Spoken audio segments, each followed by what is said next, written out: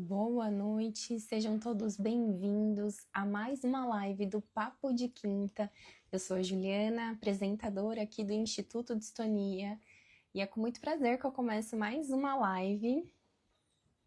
Hoje nós vamos falar sobre pesquisas sobre distonia no Brasil, com a doutora Patrícia de Carvalho, que é neurologista e pesquisadora.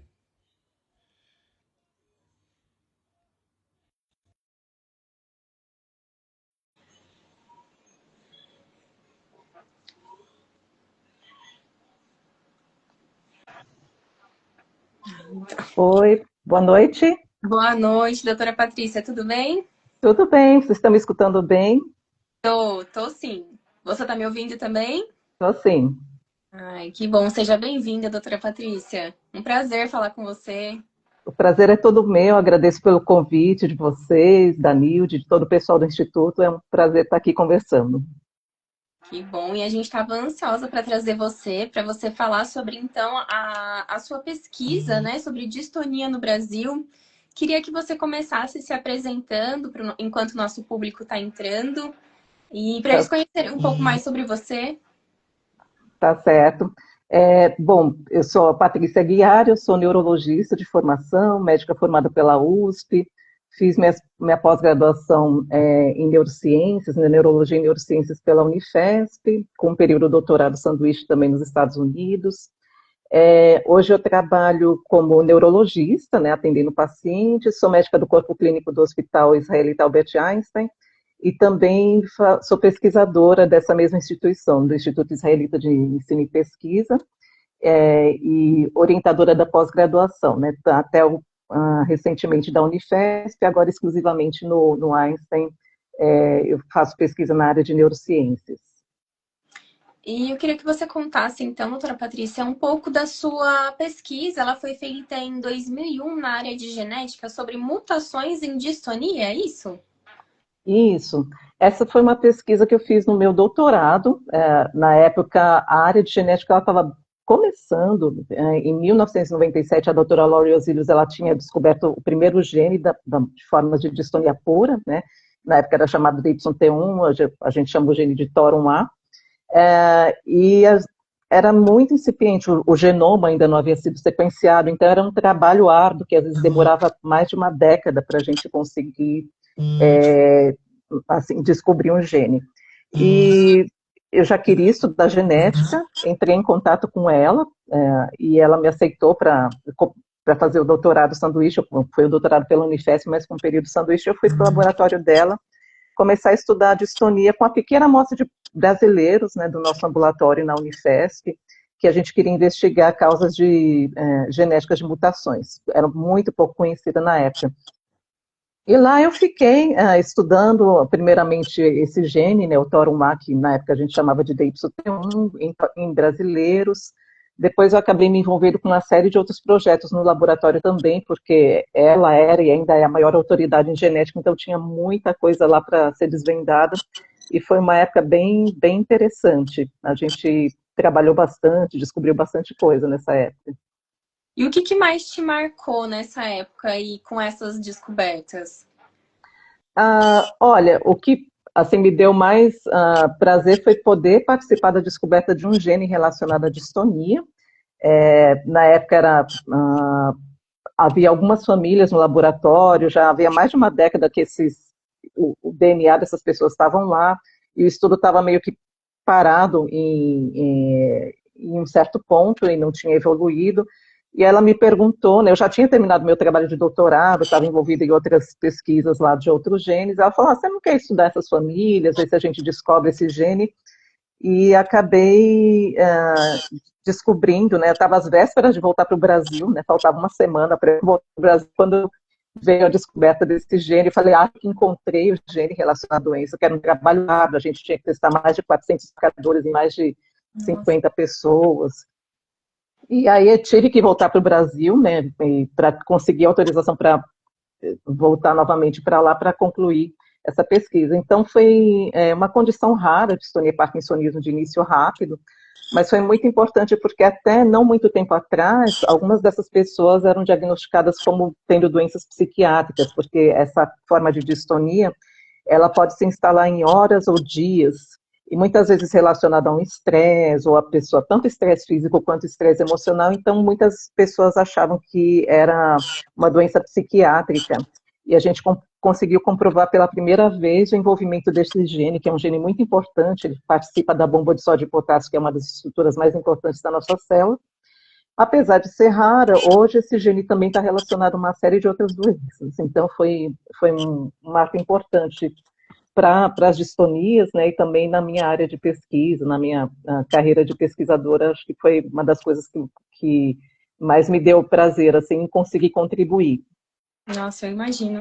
E todas as pessoas que elas têm esse gene, elas vão desenvolver a distonia? Ou não? É possível ter o gene e não desenvolver a distonia? Sim, é possível. A distonia, de forma geral, as distonias genéticas, elas têm uma curiosidade. Muitas pessoas que têm mutação no gene não desenvolvem a doença. A gente não sabe por quê. A gente diz que são genes de penetrância incompleta. Será que essas pessoas têm algum outro gene que as protege? É uma linha de pesquisa. Ou será que elas teriam, essas pessoas que desenvolvem a doença, será que elas teriam algum outro gene que pudesse contribuir para o aparecimento? Mas o fato é que, se a gente for olhar de forma geral, apenas 30, 40% das pessoas que têm mutações genéticas vão desenvolver a distonia. Com algumas exceções, alguns genes têm uma penetrância um pouco maior, em torno de 70%. Então, isso a gente frisa muito para os nossos alunos, né? O fato da pessoa não ter uma história na família não quer dizer que não existe uma base genética por trás. Então, a maior parte das pessoas que têm mutação não desenvolve a doença. Nossa. Felizmente. É. E no seu doutorado, então, a senhora participou dessa descoberta, né, do gene relacionado à distonia e o parkinsonismo de início rápido. E o que Isso. essa descoberta ela representa assim para a medicina? Porque aqui no instituto a gente escuta muito várias histórias, né, sobre a demora do diagnóstico. Esse é um Sim. avanço assim para ajudar a diagnosticar mais rápido, você acha? Ah, com certeza, porque antes essas pessoas ficavam ali rodando, às vezes ninguém acreditava muito nelas, achava que elas estavam somatizando, e hoje em dia a gente conhecendo mais a história desse tipo de distonia, a gente consegue direcionar até essas pessoas para fazerem teste genético e a gente consegue diagnosticar mais rapidamente. É lógico que a equipe que está acompanhando essas pessoas precisa ter esse conhecimento, que é uma coisa também que a gente precisa trabalhar, né? Tem a demora no diagnóstico, distonia é uma doença rara, então a gente precisa de mais divulgação para que o diagnóstico possa ser feito mais rapidamente, não só por essa forma de distonia, como outras também. Mesmo as não genéticas, muitas vezes existe demora no diagnóstico. Verdade. A outra barreira também é a Sim, falta de conhecimento também de alguns médicos ou então de algumas regiões, né? exato. É. Uhum. Hoje já sabemos, então, quantos tipos de distonia têm origem genética? Já é possível saber esse número? E isso muda o tratamento? Quando você descobre que é uma distonia genética, muda o tratamento? Ah, ótima pergunta. Olha, a gente ainda tem muito que descobrir, mas hoje em dia, se a gente considerar formas puras de distonia, ou algumas distonia com outros sinais, como parkinsonismo ou mioclonia, que é um tipo de abalo muscular, deve existir cerca de 30 genes confirmados. O que é um gene confirmado? É que já apareceu em várias famílias, a clínica é bem consistente, porque existem vários outros relatos que às vezes é uma única família ou uma única pessoa que tem aquela alteração, a gente não tem como estabelecer às vezes uma relação causal, aquela mutação levando à doença. A gente precisaria de mais pessoas, mas confirmados em torno de 30, mas assim, formas familiares em que a gente ainda não achou o gene também existem, né, porque os métodos de sequenciamento não são perfeitos, tem coisas que ainda escapam a gente. E qual que é a importância disso? Existem algumas formas de distonia que a gente são genéticas, mas a gente não precisa necessariamente fazer o teste genético. Por exemplo, uma distonia chamada distonia dopa-responsiva, que é um defeito na síntese de dopamina. É uma das formas que a gente costuma ver, começa na infância, às vezes a criança estava se desenvolvendo bem, aí de repente começa a ficar com a perninha alterada, a perninha mais torta, e pode evoluir com distonia até generalizada. E antes mesmo da gente ter o gene descoberto, a gente fazia a prova, e ainda hoje a gente faz a prova terapêutica com levodopa, e se a pessoa melhora, e ela costuma responder muito bem, então a gente continua o tratamento, não há necessidade de fazer um teste genético. Existe outra condição também, a doença de Wilson, que é um pouco mais complexa, é um distúrbio do metabolismo do cobre, então essa pessoa pode ter alterações no fígado e alterações neurológicas também, alterações visuais, é genética autossômica recessiva, né? Então às vezes você tem pais consanguíneos e essa doença pode aparecer, mas antigamente a gente às vezes fazia o diagnóstico por exames de sangue, a gente faz a avaliação do fígado, a avaliação com exame de ressonância, então era um diagnóstico clínico. Hoje existe uma forma mais rápida de testar, que é fazer o teste genético para essa doença. Então é um gene específico, né, que a gente consegue testar se a pessoa tem a mutação ou não, e sim, isso muda o tratamento, porque existe tratamento específico para a doença de Wilson com medicamentos específicos. Já para outras formas de distonia, que são várias, né, de origem genética, a gente ainda não tem medicamentos específicos para essas formas. Então, fica aquela pergunta, mas eu vou testar todo mundo, não vou testar, né? Então, a gente precisa esclarecer muito isso, essa pessoa, qual que vai ser a utilidade desse teste, mesmo porque ele ainda não é coberto no sistema público de saúde, né? Não vai mudar o seu tratamento, em princípio, mas seria mais, às vezes, para um esclarecimento da pessoa e da família quanto à causa, mas a gente ainda não tem remédios para todas as formas genéticas de distonia. Quem sabe, né, com as pesquisas, a gente pode conseguir caminhar nessa direção. Verdade, é para isso que a gente torce, né?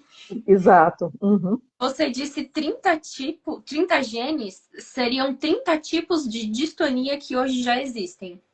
Isso, seriam 30 tipos de distonias causadas por mutações nesses genes, né? O que é curioso é que, às vezes, genes diferentes dão sintomas muito parecidos.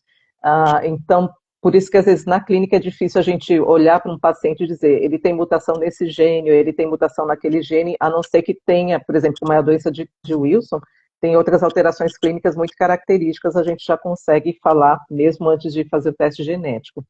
Mas, e outra curiosidade também, na mesma família, com a mesma mutação, às vezes a gente vê pessoas com um quadro mais grave e pessoas com um quadro muito leve.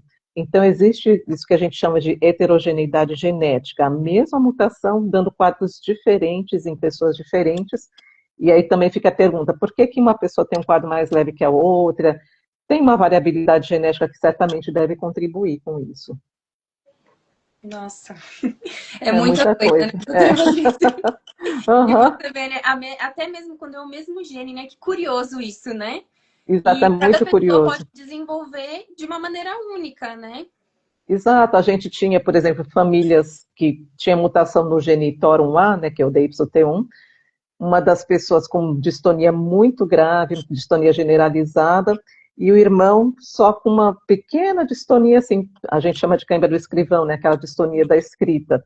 Né, a mesma família, genética muito parecida, né, mas por que que um com um quadro tão diferente do outro? Então, também é uma linha de pesquisa aí que tem sido, que é a nossa curiosidade, né, essas pessoas têm algum gene que protege de um fenótipo mais grave, ou as outras têm genes que deixam elas mais suscetíveis a um quadro mais grave.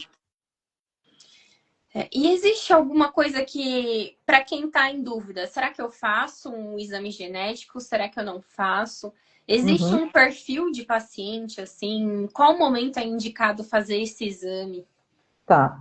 O perfil de paciente em que a gente tem mais chance de encontrar uma alteração genética são pacientes que começaram a apresentar distonia numa idade mais precoce, então na primeira, na segunda, até terceira década de vida.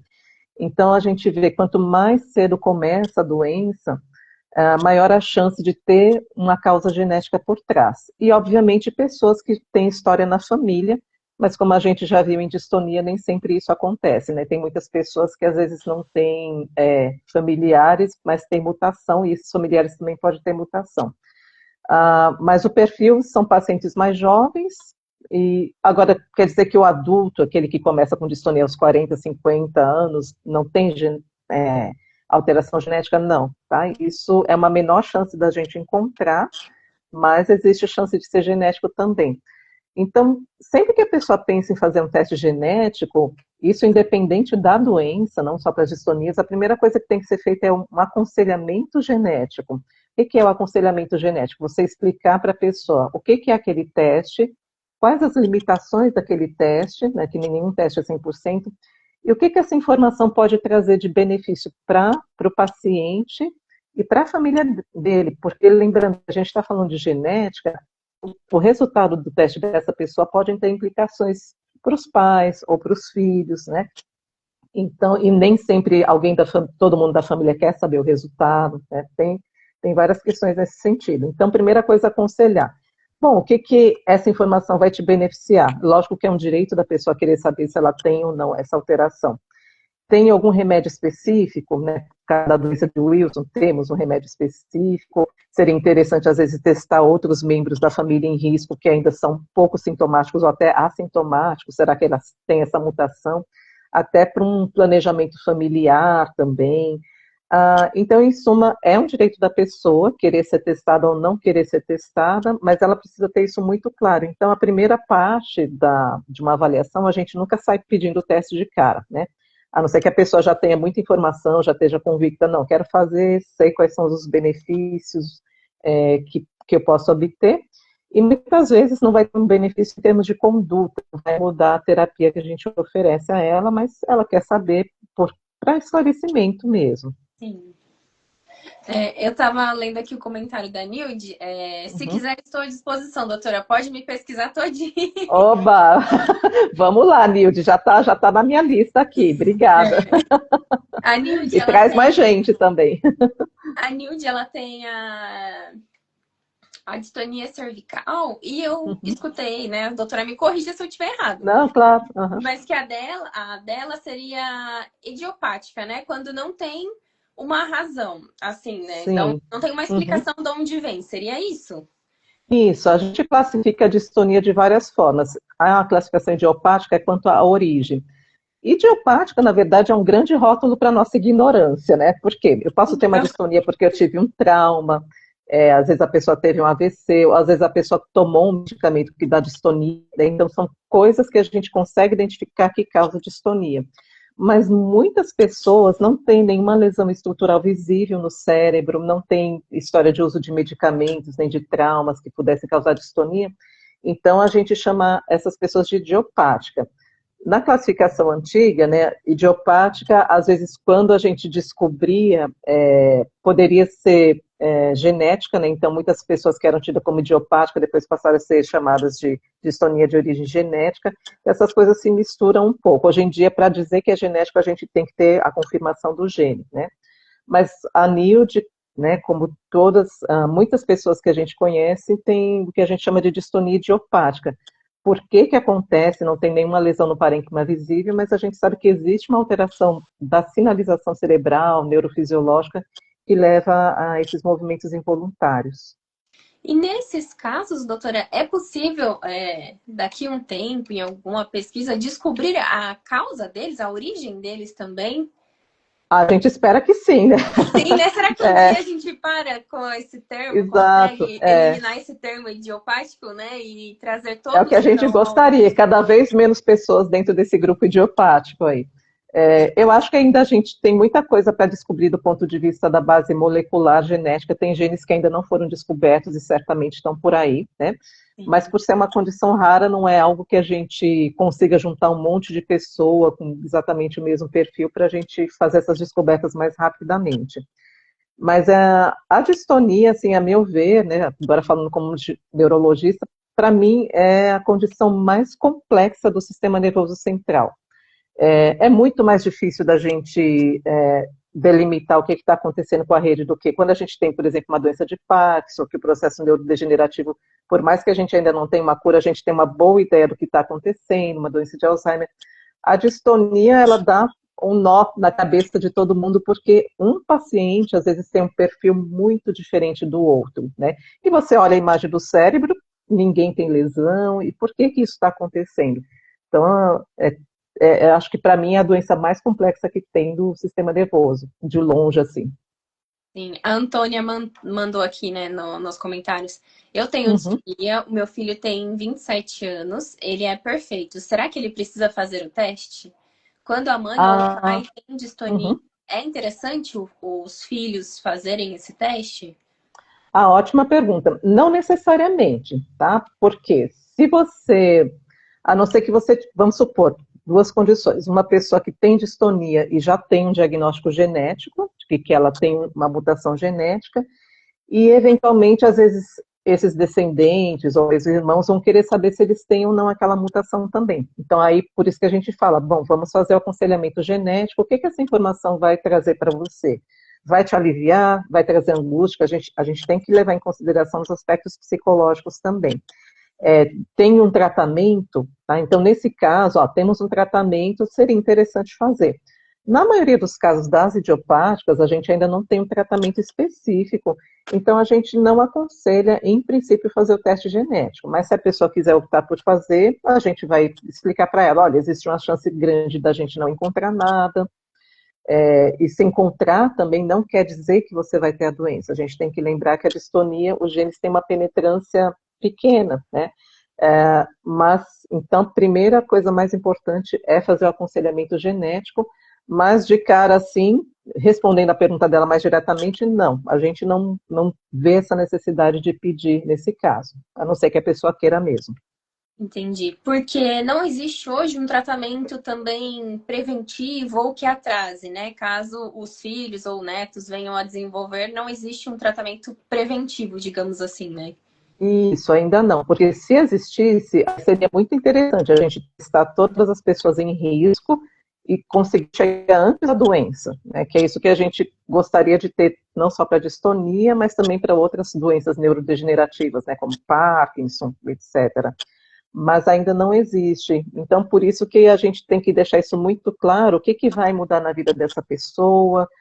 Tem pessoas que falam, olha, eu quero, estou angustiada, eu quero saber se eu tenho ou não a possibilidade de ter essa mutação. Então, é muita conversa antes da gente decidir prosseguir com o teste ou não. A pessoa que vai para o teste, ou a que não vai também, ela tem que estar muito bem informada para ela poder tomar uma decisão com boas informações. Sim.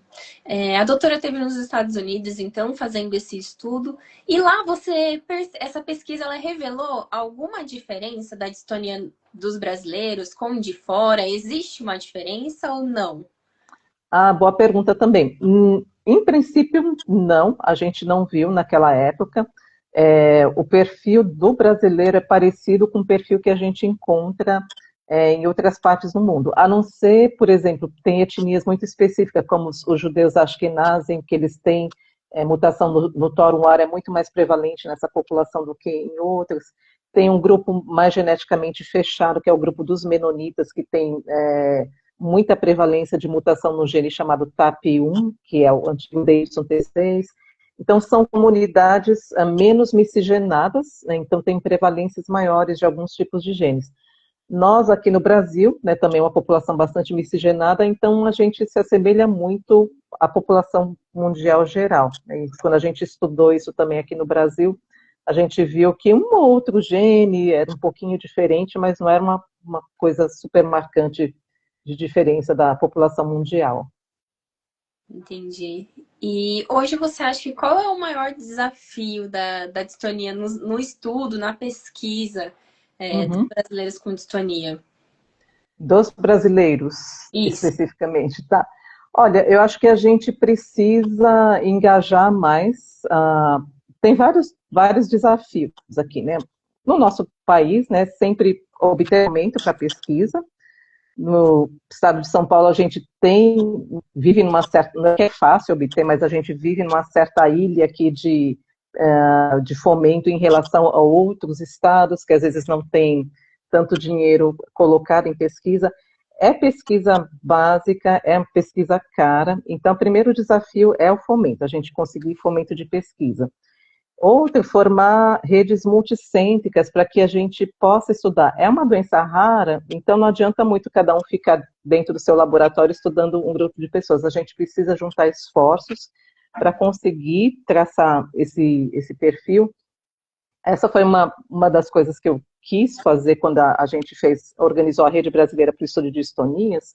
A gente convidou vários centros do Brasil para participar. O que a gente ia fazer? A gente ia fazer a caracterização clínica dessas pessoas, epidemiológica também, ver exposição a possíveis fatores ambientais, para depois estudar a genética dessas pessoas também e ver se a gente correlacionava o perfil clínico com genética, né?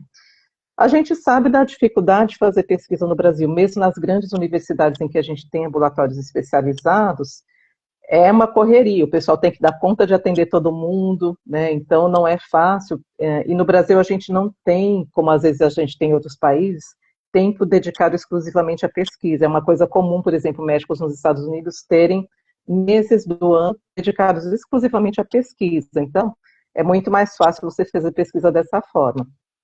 E no final, assim, apesar de muita gente querer participar, muitos colegas não conseguiram dar andamento à pesquisa nos seus centros, né? Então a gente acabou ficando um pouco mais limitado aqui à cidade de São Paulo e alguns outros centros de outras regiões. Mas esse é um grande desafio, então a gente tem estrutura para fazer pesquisa. Então, primeiro o fomento, né? E estrutura ambulatorial também, para a gente poder dar andamento aos projetos. A outra seria o recrutamento de voluntários. Acho que nisso, né, o Instituto de vocês tem um papel fantástico, divulgando, né, os estudos, conscientizando sobre a necessidade de participar, né, porque os voluntários de pesquisa são a nossa maior força, né, sem eles a gente não faz nada. Então, o que eu vejo é isso, a gente conseguir fomento, porque é uma pesquisa, principalmente na área básica, se a gente está estudando a parte de genética molecular, a pesquisa que quase tudo que a gente usa é importado, né, a gente não tem produtos locais em maior parte. Então, hoje em dia, esse é o nosso maior desafio. A doutora falando, e me veio uma frase que eu ouvi de outro médico, né? Que distonia era doença de gente rica. Porque, infelizmente, precisa, né, de recursos assim importados, né? E eu achei muito interessante também o que a doutora trouxe, é que lá fora eles também têm um tempo para pesquisa, né? Sim, alguns países têm esse privilégio, e aí seria ótimo, olha, não tenho que me preocupar em tocar ambulatórios superlotados, né, das universidades públicas. A gente sempre fala muito das públicas, que são os grandes centros em que a gente tem esses ambulatórios de especialidade, né, de transtornos do movimento, então, em que a gente acaba vendo, apesar da distonia ser rara, a gente acaba vendo muitos pacientes com distonia nas universidades. Então é isso. Então realmente a gente precisaria de mais tempo dedicado à pesquisa para que mais colegas que querem muito participar consigam participar, que muita gente quer fazer pesquisa e simplesmente não consegue, ou porque não consegue dar conta, né, por causa do tempo. Você tem uma ideia, o questionário que eu tinha na minha pesquisa tinha mais de 16 planilhas, né, gerou 16 planilhas de informação, então é muito tempo mesmo. Se a pessoa não tiver tempo, não consegue fazer. E financiamento. A gente precisa investir em pesquisa, a gente depende muito de verbas públicas. No nosso país, acho que a gente precisa, né, as pessoas que têm condições, a gente precisa ter mais doações privadas, seria muito interessante que a gente tivesse pessoas com esse maior grau de conscientização de doar dinheiro para pesquisa, mesmo para condições mais raras como a distonia, não só no interesse maior de saúde pública como as doenças mais comuns, mas se a gente conseguir ter mais doações para doenças raras, seria muito interessante. Sim. O José Guzmão, ele colocou assim, ó, eu tenho a DYT6 e não tem casos na família. Qual é esse tipo DYT6 e é comum ter casos na família? A DYT6 também, o gene é o TAP1, tá? Também ele tem uma penetrância reduzida, tá? Então, pode ser que outras pessoas na família tenham a mutação e nunca terão distonia, mas essa distonia, inclusive eu participei também de vários trabalhos antes do gene ser descoberto, não participei exatamente do paper onde foi descoberto, né? Mas quando eu estava lá no meu doutorado, eu estudei essas famílias menonitas, que esse gene foi descoberto nas famílias menonitas, que são famílias que vivem em regiões isoladas dos Estados Unidos e do Canadá, não se misturam muito, e era muito comum elas terem essa forma que começa mais ou menos na adolescência, embora algumas pessoas possam ter início em idade mais velha, muita distonia cervical, às vezes pode afetar a voz também, e algumas pessoas generalizam. Mas, então, a gente coletava pessoas, né, para investigar, pessoas com sintoma e os familiares que não tinham sintomas, e a gente via que tinha pessoas que não tinham distonia e tinham mutação nesse gene por causa dessa condição de penetrância reduzida. Então, respondendo à pergunta deles, pode sim haver pessoas que, na sua família que tenham a mutação, mas que não tenham manifestado a doença, mas existe também uma coisa que a gente chama mutação de novo. O que é isso? Aquela mutação nunca existiu na família, né? E o nosso DNA, você sabe, ele sofre várias modificações, a gente tem esquemas de reparo, e pode acontecer, quando essa pessoa foi concebida, pela primeira vez apareceu aquela mutação no gene, e ela pode ser a única pessoa na família com essa alteração genética. Então, isso a gente diz que é uma mutação de novo, ou seja, realmente não existe nenhum caso de mutação na família. A Nilde deixou aqui uma mensagem: podemos nos unir e fazer esta busca de voluntário.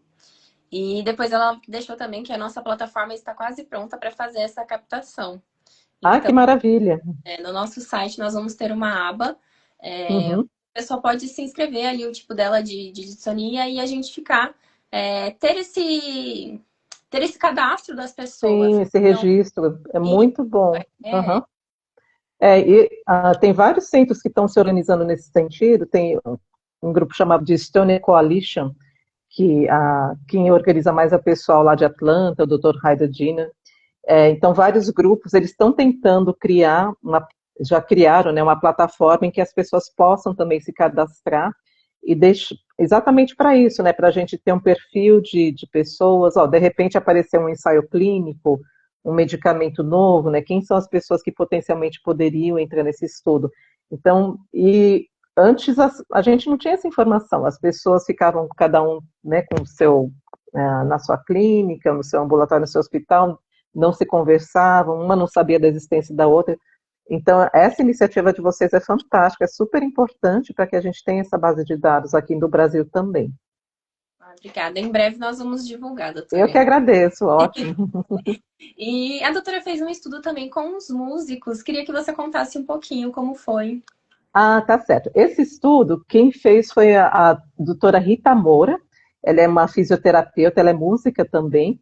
E eu fiz a co-orientação dela no doutorado. O orientador foi o doutor Henrique Ferraz, da Unifesp, eu fui a co-orientadora, né, porque é um assunto que também me interessa bastante.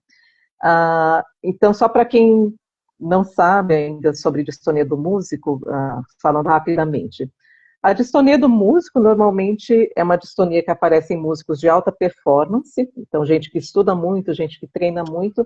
A pessoa estava bem, indo bem nos seus estudos ou na sua carreira profissional e, de repente, ela começa a falhar. Pode ser no dedo, pode ser na boca, toca lindamente, de repente, uma falha ali, às vezes só quando numa passagem, num movimento específico de um dedo, ou numa passagem específica, ou seja, ela desempenhava aqui, ela começa a ter uma queda de desempenho. E isso pode evoluir, ou pode ficar ali estável.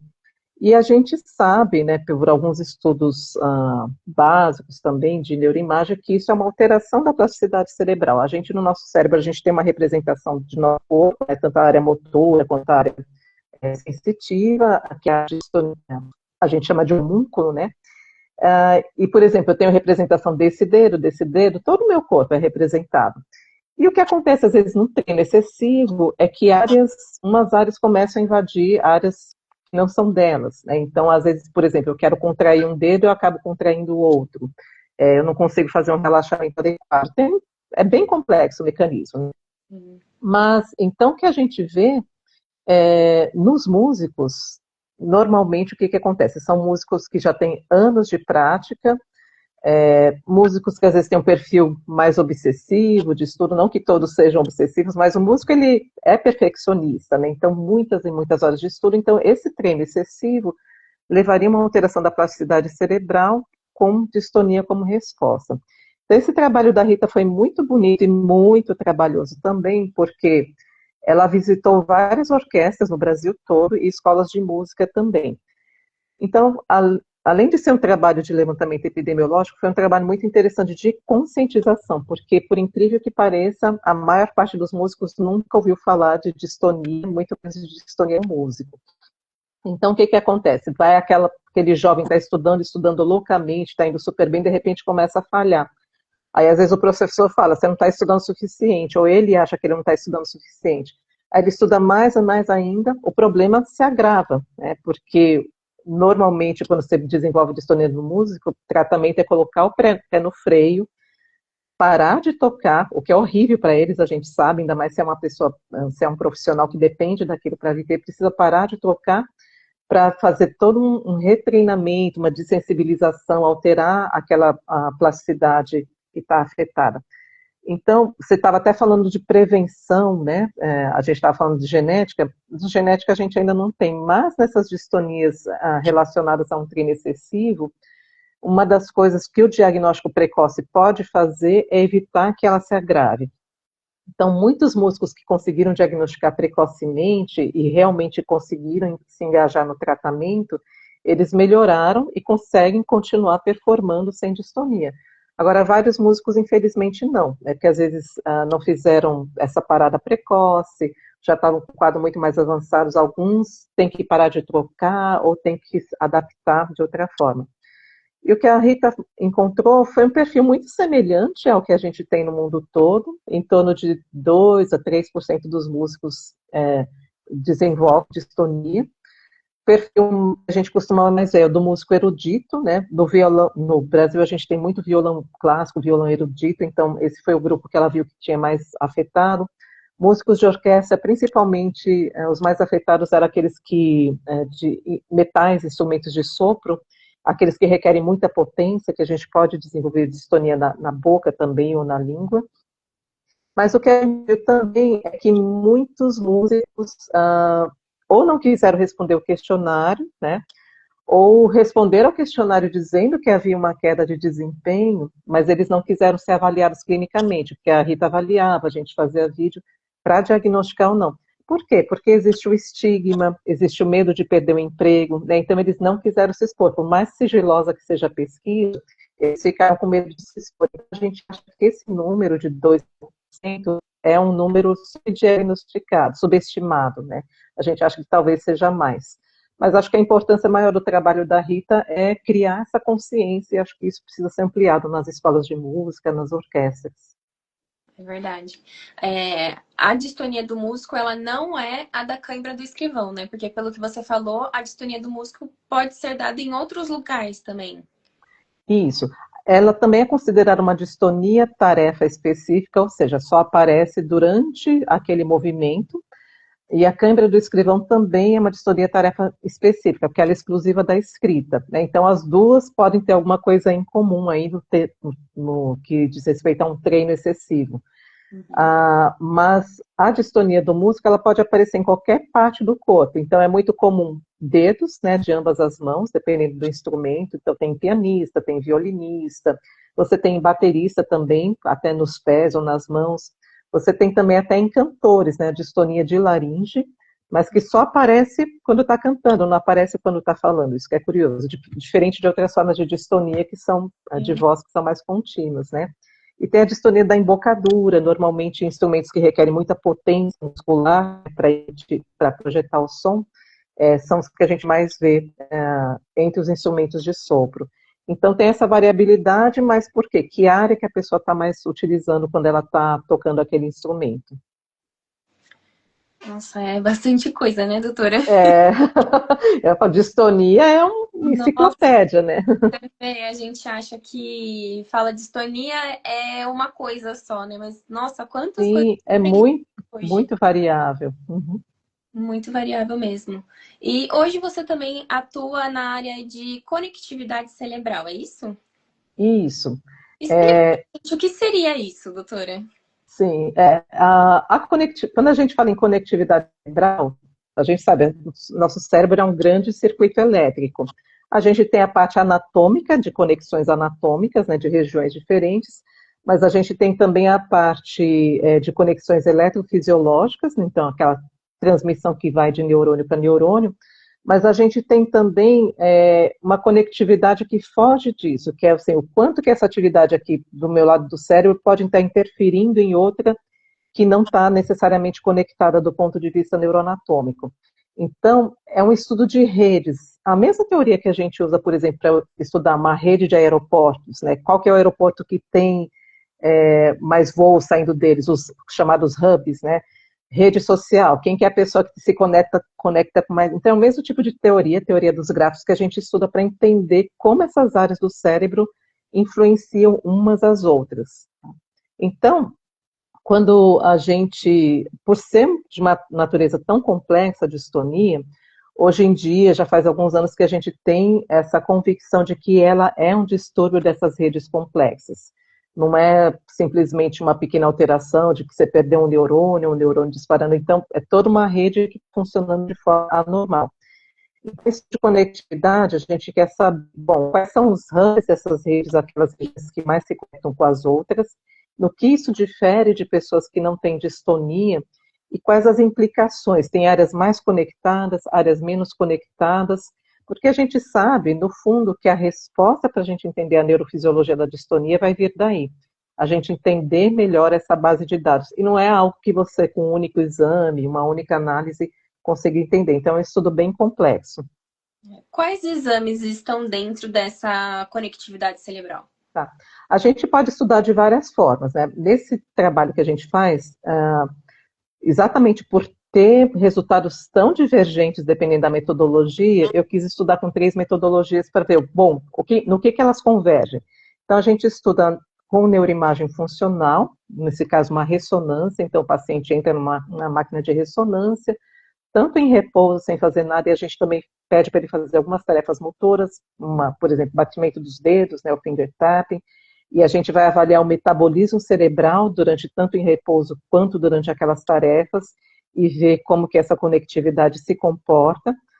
E, além disso, a gente também faz mais 2 exames. Um que é o eletroencefalograma, que é um exame que a gente usa muito na rotina neurológica, mas não é aquele eletroencefalo que a gente usa na prática clínica, por exemplo, para pacientes epiléticos, né? Não tem nem sentido um paciente com distonia fazer eletroencefalograma, né, na rotina clínica. A gente faz isso para pesquisa, para a gente ir no detalhe de sinais, para tentar entender as atividades diferentes que estão acontecendo nessa pessoa. E, além disso, também a gente faz um outro tipo de avaliação, tem uma palavra, a espectroscopia no infravermelho próximo. O que é isso? O pessoal está com um capacete que emite luz nesse comprimento de onda e também capta. É uma medida hemodinâmica, é muito parecido com o que a gente vê na ressonância, mas na máquina de ressonância você não pode pôr uma pessoa para andar, você não pode pôr uma pessoa para tocar um instrumento. A espectroscopia, apesar dela ser mais superficial, você consegue estudar a pessoa fazendo mais atividades motoras. Então, a gente achou que seria interessante, por exemplo, a gente avaliou alguns músicos, a gente pede para a pessoa escrever, a gente pede para a pessoa fazer o finger tapping também, que são algumas dessas tarefas a gente não conseguiria fazer na ressonância. Então, por que usar 3 métodos? Porque cada um tem vantagens e desvantagens. A ressonância a gente consegue ver estruturas profundas que a gente não consegue ver no eletroencefalo, nem no FNIS, né, que é essa espectroscopia. O tempo, a resolução de atividade, né? O eletroencefalo é muito mais rápido, ele pega atividades muito mais rápidas, né? A comunicação elétrica entre os neurônios, coisa que na ressonância e no FNIS, que são mais hemodinâmicos, a resposta é um pouco mais lenta. Então, a gente tenta juntar tudo isso daí para entender o que está acontecendo e sempre comparando com controles que não têm distonia, para a gente ver o que está acontecendo, por que isso está gerando um movimento anormal. Então, é uma área assim, que está crescendo nos estudos de distonia, e é interessante a gente estudar, porque enquanto a gente não entender bem a base neurofisiológica, vai ser difícil da gente intervir em questões que a gente fala de neuromodulação, que a gente já faz algumas intervenções, principalmente a neuromodulação profunda, que é a cirurgia, mas a gente não serve para todo mundo, não funciona para todo mundo, e por quê? Isso que a gente quer entender, e compreendendo melhor, acho que a gente vai conseguir ter respostas mais específicas, classificar tipos específicos de distonia, ou oferecer tratamentos melhores também. Mas é uma área bem preliminar de pesquisa ainda. Sim. Mas nessa área de pesquisa, pessoas que já fazem tratamento de distonia, elas podem participar também? Pessoas que já fazem aplicação, pessoas que já fizeram o DBS? Pode. O DBS a gente ainda não está fazendo, né, mas já tem estudos, outros países que estão estudando conectividade, inclusive em pessoas que têm o implante de DBS. Pessoas que fazem aplicação de toxina botulínica podem fazer também. A gente agora não está se recrutando, a gente que encerrou o recrutamento, a gente está terminando a análise de dados, né, os meus alunos estão... Arthur, Danilo, Renata também participou, né? Todos eles, alunos de pós-graduação, trabalham bastante nesse tipo de análise, mas a gente pede que pelo menos 3 meses sem aplicação de toxina botulínica, né? Para a gente tentar tirar um pouquinho desse viés, não tirar tudo, a gente sabe, mas existem estudos também que podem ser feitos assim, por exemplo, logo antes e depois da pessoa aplicar toxina botulínica. Então, tudo é válido, mas no nosso protocolo a gente incluiu todo mundo. Algumas condições, alguns critérios de exclusão. Então, por exemplo, pessoas sem o estudo foi com distonia idiopática, então pessoas que tinham distonia não idiopática não entraram. A gente começou com as formas de distonia mais focais, por exemplo, de membro superior, de distonia cervical, porque a distonia generalizada a gente imagina que a leitura ia ser muito mais complexa, então, bom, vamos começar do mais simples para depois a gente ir para o mais complexo. Mas, então, sempre tem critérios de inclusão e de exclusão e a gente fazer uma triagem prévia para ver se a pessoa poderia participar. Mas não exclui toxina botulínica, não exclui participar do estudo. Ai, que bom. E o objetivo dessa pesquisa, ela é aquilo que a gente tinha falado, de talvez descobrir uma prevenção, ou seria mais focado no tratamento das distonias?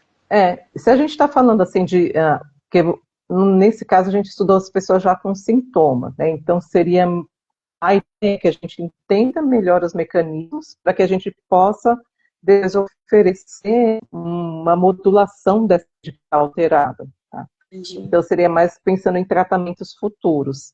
Pode ser que isso a gente consiga, de repente, numa fase muito avançada de tratamento, a gente entrar com prevenção, até mesmo para pessoas, por exemplo, que têm formas genéticas. Bom, eu tenho a mutação no gene, eu ainda não tenho a doença, eu não sei se eu vou desenvolver, mas eu posso dar uma olhada como é que essa minha rede está se comportando. Inclusive, tem estudos que foram feitos com pessoas que tinham essa alteração, mutação no gene TOR1A, e pessoas que não tinham essa mutação, mas não tinham distonia.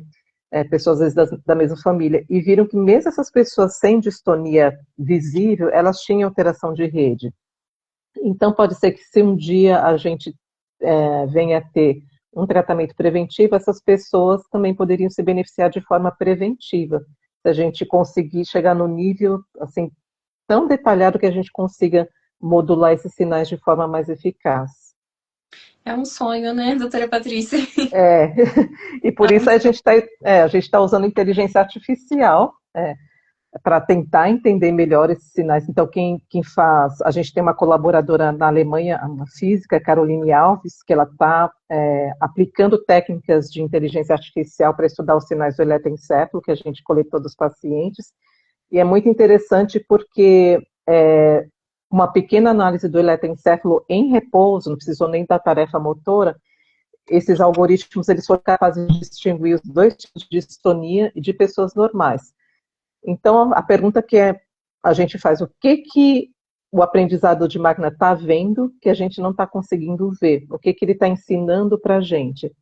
Então, a gente está numa fase de alimentar esse aprendizado de máquina com dados, para que depois, né, a gente tem expectativa do jeito que as coisas estão avançando muito rápido, ele destrinche melhor essa rede e a gente consiga propor formas de fazer modulação. De que forma ainda não sabemos, talvez com implantes, talvez com os wearables, né, os vestíveis, algum equipamento que a pessoa consiga utilizar e modular isso de forma muito refinada, que hoje a gente ainda não tem isso. Eu acho que assim, o que eu vejo uma perspectiva maior nesse sentido para a gente entender a neurofisiologia da distonia e conseguir dar respostas de forma modular, de forma muito sutil e detalhada. Então, a inteligência artificial ela está ajudando a entender a distonia, mas nem a inteligência artificial hoje tem um banco de dados tão rico sobre distonia. Exato, por isso que a gente precisa alimentar esse banco, porque a gente tem um grupo muito pequeno de pacientes que a gente alimentou, e com esse grupo muito pequeno a gente já está conseguindo ver um monte de coisa, né? Então a gente acredita que engajando mais pessoas, estudando perfis diferentes, a gente vai ter mais informações. E por mais que o cenário seja um pouco preocupante na velocidade que a inteligência artificial vem andando, né, que muitos interesses econômicos, né, mais interesses econômicos do que sociais, a gente está naquele cenário de que a inteligência artificial, né, a AGI, que eles chamam, né, a inteligência artificial geral, que é aquela inteligência que ela consegue aprender com ela mesma, né, e até superar o nosso aprendizado, ela está batendo a porta aí, se é que já não chegou. E essa capacidade de aprendizado, dela se ensinar, de ela ensinar e ir fazendo modificações para entender melhor o ambiente, eu acho que isso vai ser muito útil em uma série de áreas médicas, né, não só na área de distonia, mas é preciso que a gente use de forma correta, né, de forma ética, respeitando privacidade de dados também. Então a gente está vivendo uma revolução, né? Eu espero que vá para um lado bom, mas quem sou eu para falar, né? E eu espero viver o suficiente para ver esse avanço aí nos próximos anos, beneficiando várias áreas médicas, inclusive a distonia. Sim, quando a doutora tiver alguma outra pesquisa em aberto, compartilha conosco, porque Com só aqui certeza. nessa live já apareceram 3, 4 pessoas interessadas em Ai, que maravilha! participar. A gente divulga, normalmente a gente põe em redes sociais quando a gente começa um estudo, né? Mas no site do Einstein também tem área de pesquisa, LinkedIn também, a gente costuma, quando a gente está recrutando voluntários, mas eu acho que vocês são o melhor canal. Então, com certeza, a gente vai procurar e vamos divulgar junto a vocês, sim. Sim. A Margarete perguntou aqui, doutora, a distonia é a mesma coisa que síndrome de Leite? Não necessariamente, tá? A síndrome, a gente fala síndrome de Lee, ela é uma doença, tá, que pode dar distonia, tá? Então você tem algumas alterações, principalmente de metabolismo energético, de mitocôndrias, que degenera alguns núcleos da pessoa, e distonia pode ser um dos sintomas, tá? Então, essa é uma doença que dá distonia, tá? Mas é diferente da distonia idiopática. Então, por exemplo, essa aí já não seria uma distonia idiopática, é uma distonia relacionada a essa doença. Tá? Já tem uma origem essa, né? Exato, é. Uhum. Eu acho que é isso, não temos mais nenhuma pergunta, deixa eu conferir. Então, para finalizar, doutora Patrícia, qual mensagem você gostaria de deixar para quem convive diariamente com a distonia e sonha com essa evolução que nós estamos Uhum. aqui nessa live dos tratamentos? Certo. Olha, primeira coisa, vocês não estão sozinhos, né? Eu acho que vocês precisam unir forças, então o instituto de vocês é uma ótima oportunidade, porque é, vocês, as pessoas juntas conseguem muitas coisas, né? Conseguem direcionar tratamentos, direcionar terapias, né? Então não se isole, você não está sozinho. E tem muita gente, né? Apesar de ser uma condição rara, muita gente interessada em estudar distonia, tem muita pesquisa. Às vezes não é a pesquisa básica, mas é uma pesquisa clínica que é muito importante também para definir características clínicas, que a gente ainda tem muita coisa para definir. Mas eu acho que a gente está vivendo avanço mais rápido, é uma época que a gente está avançando mais rapidamente no conhecimento, e eu acho que se esse conhecimento for bem direcionado, a gente vai começar a ter novidades aí tecnológicas. A gente já tem algumas coisas, por exemplo, nesses últimos tempos, o que apareceu de muito bom para toxina botulínica, nem preciso falar, né, beneficia muita gente. A própria cirurgia de estimulação cerebral profunda dá qualidade de vida para muita gente, mudou a qualidade de vida de muita gente.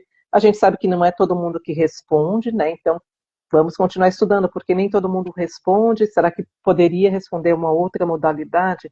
Então, acho que não se isole, junte forças, né? E participe das pesquisas também, sempre que vocês puderem, que a gente precisa de vocês. Sem vocês, a gente não é nada. Sim. E já para convidar a doutora e a todos que estão aqui na live, em setembro nós temos o nosso simpósio, um evento que nós fazemos todos os anos. E com certeza vai ser um prazer receber a doutora lá e compartilhar todo esse conteúdo e esse conhecimento que nós aprendemos aqui hoje. Ah, o prazer foi todo meu. Muito bom conversar com vocês e parabéns aí pela iniciativa. A gente precisa de mais iniciativas como a de vocês. Ajuda muito a gente em todos os sentidos. Sim, e conte com o Instituto para divulgar as pesquisas, o que tiver de novo que a doutora quiser compartilhar, pode se sentir à vontade para chamar a Tá gente. ótimo, vou chamar vocês sim. Isso mesmo, doutora. Muito obrigada. Queria agradecer a participação de todos que ficaram aqui conosco, que fizeram perguntas, que compartilharam a nossa live. E a doutora Patrícia por ter enriquecido essa live hoje com tanto conhecimento. Foi bem bacana. Eu tô saindo daqui hoje e espero que todos vocês, assim, com uma carga de informação muito bacana e o mais importante, com esperança. De Exato. de que Não aí perca a esperança, porque a gente é insistente. isso mesmo, doutora Patrícia. Eu fiquei muito feliz de verdade de saber que existem ainda hoje novos estudos, novas buscas, né? Porque às vezes a gente tem a impressão que tá Que tá parado parado. e Uhum. não tem nada novo. E hoje a doutora trouxe essa esperança pra gente. Eu fiquei muito feliz. Muito obrigada, Ah, viu? o prazer foi meu. Então eu agradeço, boa noite a todos e tchau, tchau. Boa Até a noite. próxima. Tchau, gente. Até a Tchau. próxima.